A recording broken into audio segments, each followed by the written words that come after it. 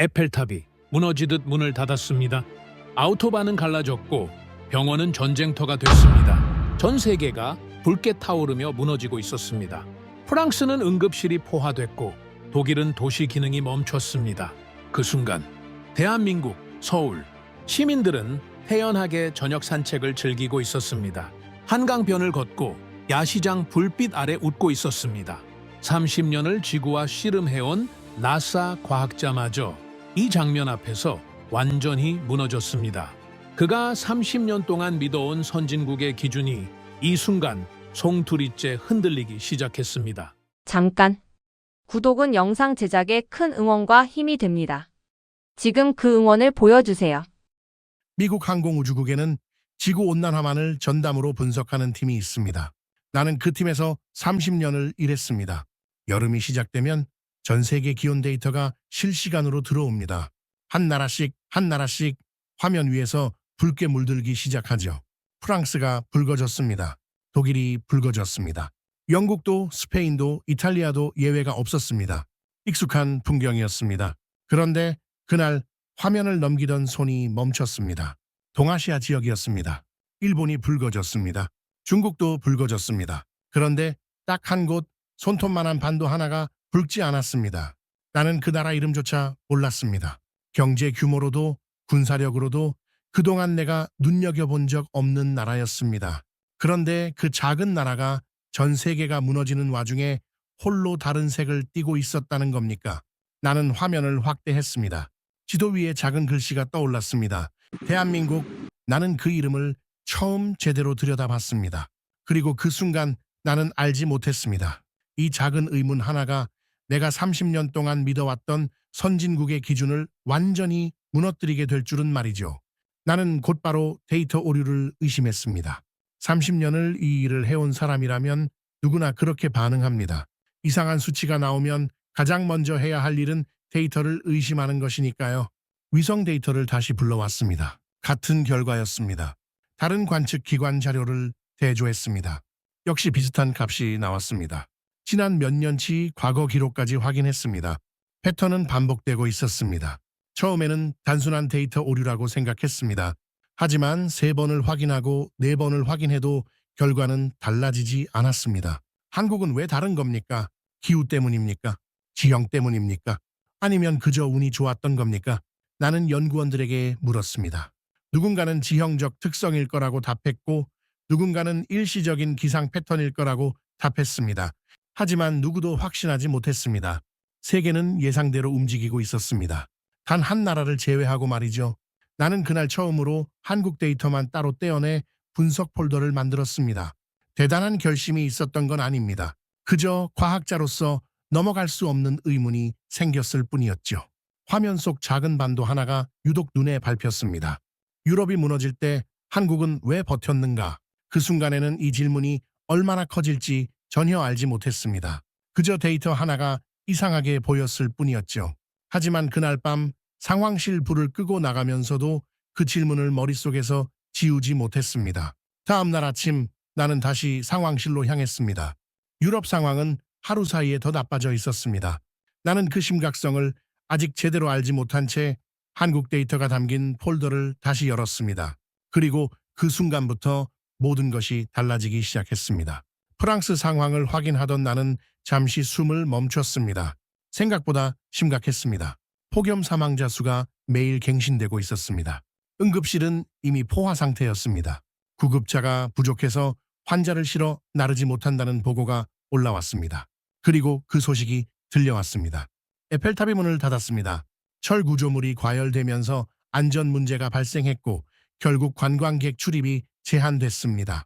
나는 그 소식을 처음 접했을 때 잘못 읽은 게 아닌가 다시 확인했습니다. 에펠탑이 문을 닫은 건 전쟁을 제외하면 없던 일이었으니까요. 세계가 충격을 받았습니다. 나 역시 마찬가지였습니다. 독일 상황은 더 심각했습니다. 아우토반 곳곳에 균열이 생겼습니다. 철도 선로가 열로 변형되면서 열차 운행이 줄줄이 중단됐습니다. 독일이 버티지 못하고 있었습니다. 나는 그 사실을 몇 번이나 되뇌었습니다. 독일은 내가 젊은 시절부터 효율의 상징으로 배워온 나라였습니다. 그런데 지금 그 나라의 도시 기능이 흔들리고 있었습니다.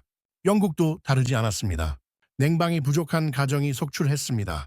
병원은 이미 과밀 상태였고 전력 부담은 계속 커지고 있었습니다.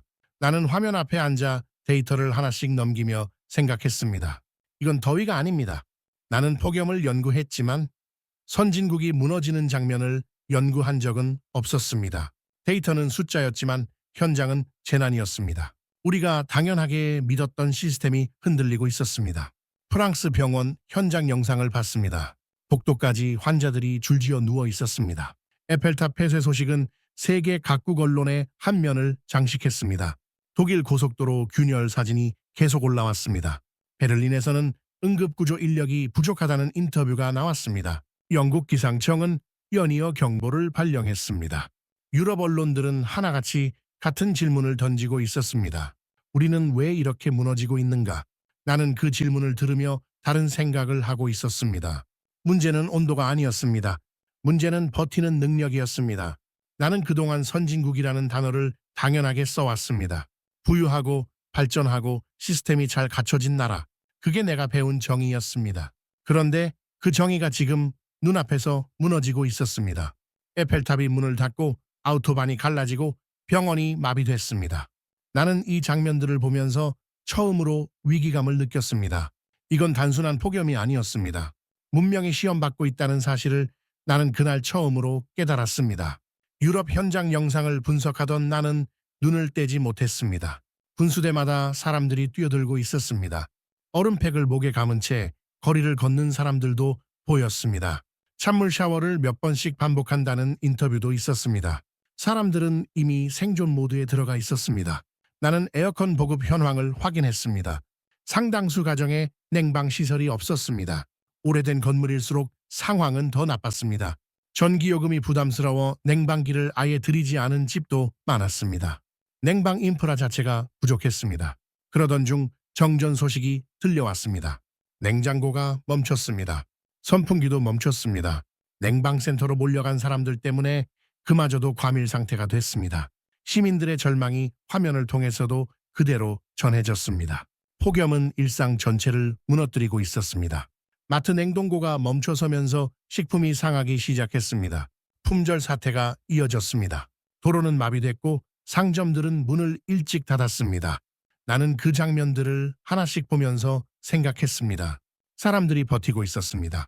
그런데 왜 대비하지 못했을까 하는 의문이 들었습니다. 정전이 발생하면서 도망칠 곳조차 없었습니다. 도시 기능이 마비되는 걸 지켜보며 나는 혼란스러웠습니다. 그 선진국이 맞는가? 낮은 불지옥이었고 밤은 거대한 찜통이었습니다. 사람들은 더위와 싸우고 있었지만 무기가 없었습니다. 나는 자료를 넘기다가 다시 한국 데이터를 꺼내 들었습니다. 처음에는 그냥 비교 차원이었습니다. 유럽과 얼마나 다른지 숫자로만 확인하려던 것이었죠. 그런데 영상 자료 하나가 눈에 들어왔습니다. 날짜를 확인했습니다. 유럽이 가장 심각했던 바로 그날이었습니다. 화면 속에는 강변을 따라 걷는 사람들이 있었습니다. 가족 단위로 산책을 하고 자전거를 타는 사람들도 보였습니다. 노점에서 음식을 사 먹는 사람들도 있었습니다.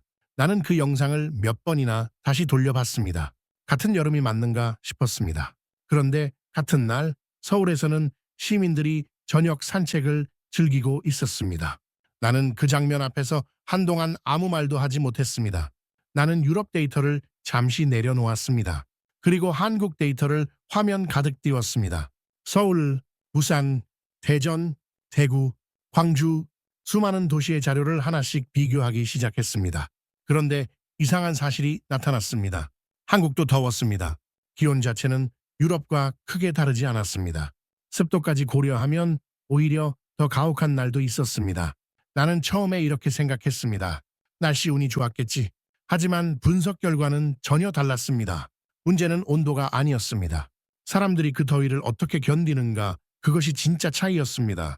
나는 도시 기능을 하나씩 확인했습니다. 유럽 쪽 자료에는 철도 중단, 도로 균열, 냉방 부족이 줄줄이 나열되어 있었습니다. 그런데 한국 자료는 달랐습니다. 지하철이 정상 운행되고 있었습니다. 버스도 정상 운행이었습니다. 공항도 정상 운영됐습니다.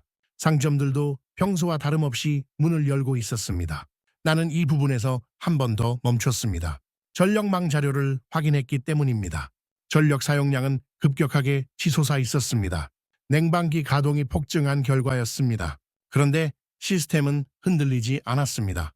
대규모 정전도 없었습니다. 사회는 평소처럼 정상적으로 작동하고 있었습니다. 이 정도 수요를 버틴다는 겁니까? 나는 그 수치를 다시 확인했습니다. 잘못 본 게 아닌가 싶었습니다. 하지만 결과는 같았습니다. 연구원들을 상황실로 불러 모았습니다. 우리는 화면 앞에서 짧은 토론을 벌였습니다. 누군가는 발전소 여유 용량이 넉넉한 덕분일 거라고 말했습니다. 누군가는 관리 체계가 다를 거라고 말했습니다. 하지만 명확한 답을 내놓는 사람은 없었습니다. 나는 그 순간 처음으로 질문을 바꿨습니다. 나는 한국이 시원한 나라라고 생각했습니다. 하지만 데이터는 전혀 다른 이야기를 하고 있었습니다. 한국도 더웠습니다. 그런데 한국의 도시는 멈추지 않았습니다. 나는 연구 노트를 펼쳤습니다. 그리고 이렇게 적었습니다. 한국은 날씨를 견디는 것이 아니다. 한국은 시스템으로 더위를 관리하고 있다. 이 문장을 적어놓고도 나는 한동안 자리에서 일어나지 못했습니다. 문제가 기후가 아닐 수도 있다는 생각이 그날 처음으로 내 안에 자리 잡았습니다. 나는 한국의 재난 대응 체계를 하나씩 들여다보기 시작했습니다. 기상 예측 시스템, 재난 문자 발송 체계, 폭염 경보 단계, 무더위 쉼터 운영 현황, 응급 대응 매뉴얼 체계가 촘촘했습니다. 유럽은 폭염이 닥친 뒤에 대응하고 있었습니다. 한국은 폭염이 오기 전부터 준비하고 있었습니다. 이 차이가 여기서부터 드러났습니다. 나는 재난 문자 발송 기록을 확인했습니다. 기온이 위험 수준에 도달하기 전에 이미 경보가 발송돼 있었습니다. 무더위 쉼터는 폭염이 본격화되기 전부터 운영을 시작한 상태였습니다. 경보가 현실이 되기 전에 이미 움직이고 있었던 겁니다. 나는 더 깊이 들어가 봤습니다. 지방정부, 전력기관, 기상기관, 소방당국, 의료기관, 이 모든 조직이 서로 연결되어 있었습니다. 한 기관이 경보를 발령하면 나머지 기관들이 거의 동시에 움직이는 구조였습니다. 이건 생각보다 정교했습니다. 나는 이 시스템이 어떻게 만들어졌는지 궁금해졌습니다. 그래서 한국의 과거 기록을 조사하기 시작했습니다. 전쟁의 기록이 있었습니다. 가난의 기록이 있었습니다. 수많은 자연재해와 산업재해의 기록도 있었습니다. 한국은 위기를 반복해서 겪은 나라였습니다.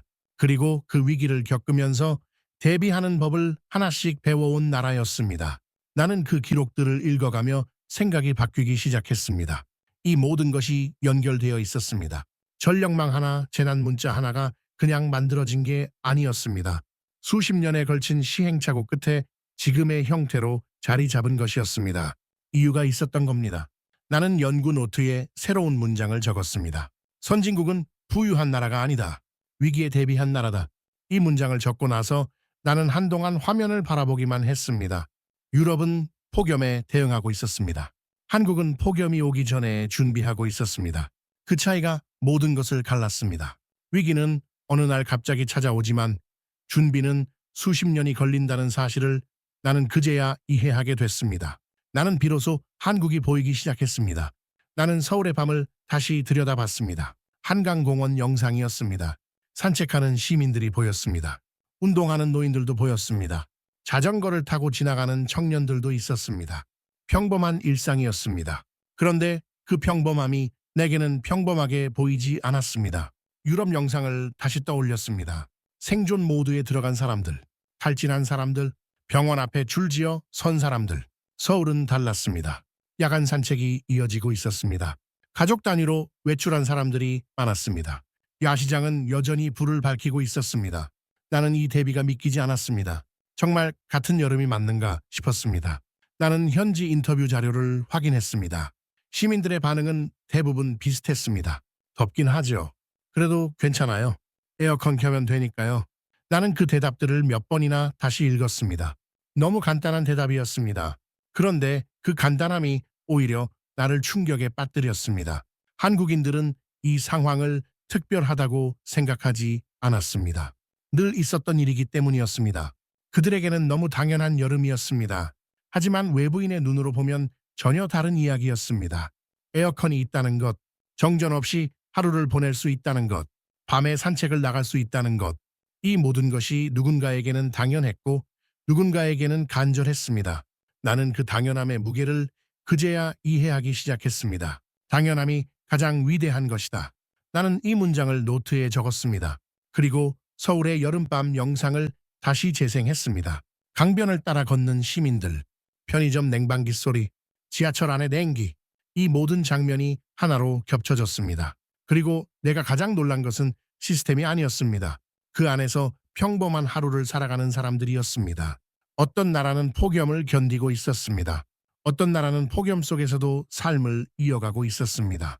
그런데 같은 날 서울에서는 시민들이 저녁 산책을 즐기고 있었습니다. 나는 그 순간 내가 틀렸음을 인정하기 시작했습니다. 나는 최종 보고서를 작성하기 시작했습니다. 수개월 동안 쌓아온 자료가 책상 위에 펼쳐져 있었습니다. 유럽 각국의 데이터, 대한민국의 데이터, 전력망 기록, 냉방 인프라 현황, 재난 대응 체계, 도시 운영 능력, 모든 자료가 하나의 결론을 향해 가고 있었습니다. 나는 잠시 손을 멈추고 지난 날을 떠올렸습니다. 젊은 시절 나는 늘 유럽을 기준으로 삼았습니다. 독일은 효율의 상징이었습니다. 영국은 시스템의 상징이었습니다. 프랑스는 선진 문명의 상징이었습니다. 그 누구도 그것을 의심하지 않았습니다. 나 역시 마찬가지였습니다. 하지만 이번 여름은 달랐습니다. 폭염은 모두에게 똑같이 찾아왔습니다. 그런데 결과는 달랐습니다. 어떤 나라는 도시가 멈췄습니다. 어떤 나라는 일상이 그대로 유지됐습니다. 그 차이를 만든 것은 자연이 아니었습니다. 국가의 준비였습니다. 나는 모든 자료를 한 화면에 띄웠습니다. 유럽 주요 도시들, 서울, 부산, 도쿄, 뉴욕, 각종 지표를 나란히 비교했습니다. 그리고 하나의 사실이 분명하게 드러났습니다. 폭염 자체보다 폭염 이후의 회복력과 대응력이 더 중요했습니다. 버티는 힘, 그리고 다시 일어서는 속도, 그것이 진짜 국가 경쟁력이었습니다.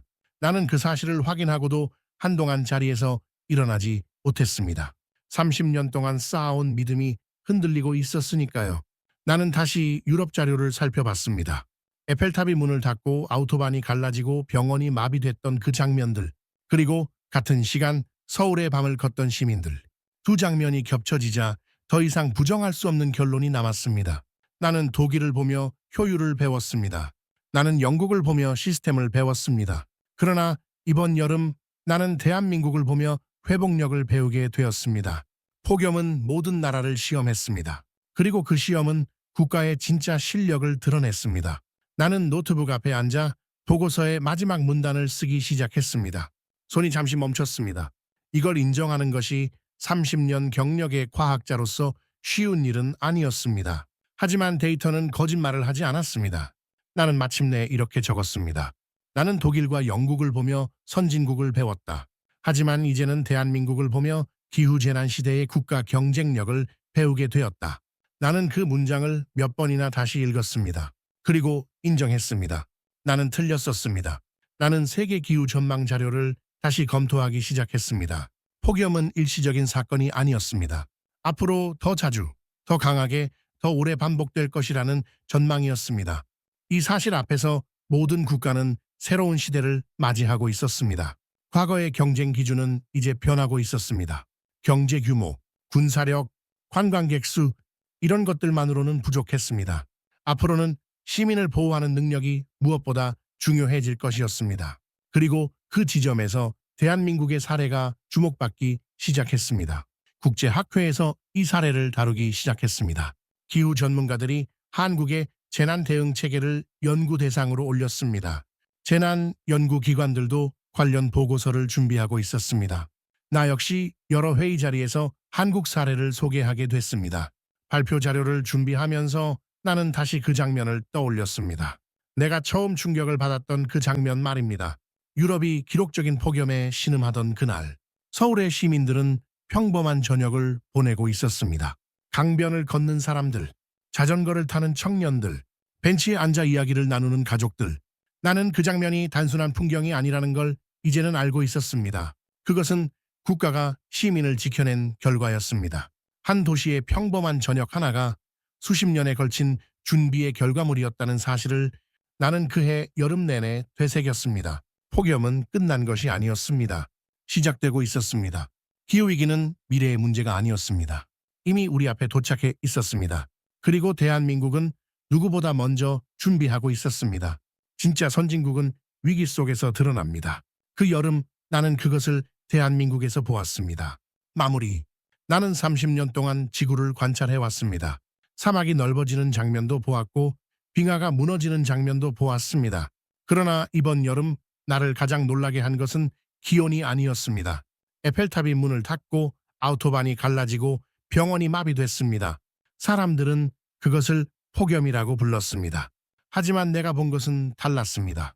그것은 국가가 얼마나 시민을 지킬 수 있는가에 대한 시험이었습니다. 그리고 그 시험에서 가장 인상적인 답을 보여준 나라는 대한민국이었습니다.